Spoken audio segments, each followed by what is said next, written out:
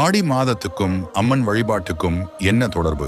அனைத்தையும் அளிக்கும் காமதேனு பசுவை ஜமதக்னி முனிவரிடமிருந்து அபகரிக்க கார்த்தவீரியார்ஜுனரின் மகன்கள் திட்டம் போடுகிறார்கள். ஒரு தருணத்தில் முனிவரை கொன்று காமதேனுவை கவர்ந்து சென்று விடுகிறார்கள். கணவர் இறந்ததும் தானும் அக்னி பிரவேசம் செய்கிறாள் ஜமதக்னியின் மனைவி ரேணுகாதேவி. ஆனால் தெய்வாம்சம் பொருந்திய ரேணுகாதேவியினால் உலகத்துக்கு நன்மை ஏற்பட வேண்டும் என்று நினைத்த இந்திரன் வருண பகவானிடம் மழையை பொழியும்படி உத்தரவிடுகிறார். மழை பெய்து தீயை அணைத்து விடுகிறது. ரேணுகாதேவியின் உடல் முழுவதும் தீக்காயங்கள் மற்றும் கொப்புளங்கள் ஏற்பட்டு விடுகின்றன. தீக்காயத்தின் வெம்மையை தணிக்க வேண்டி வேப்பிலையை சுற்றி கொள்கிறார் ரேணுகாதேவி. தீக்காயங்களுடன் போராடிய ரேணுகாதேவிக்கு கிராமத்து மக்கள் கூழ் காய்ச்சி கொடுக்கிறார்கள். அத்துடன் வெல்லம், இளநீர் ஆகியவற்றையும் கொடுத்து உதவுகிறார்கள். உடல் முழுவதும் கொப்புளங்களுடன் போராடி கொண்டிருந்த ரேணுகாதேவியிடம் சிவபெருமான் பராசக்தியின் அம்சமான நீ மக்களை நோயிலிருந்து காக்க வேண்டும் என்று அருள் புரிகிறார். எனவேதான் அம்மை நோயை குணமாக்கும் வேப்பிலைக்கும்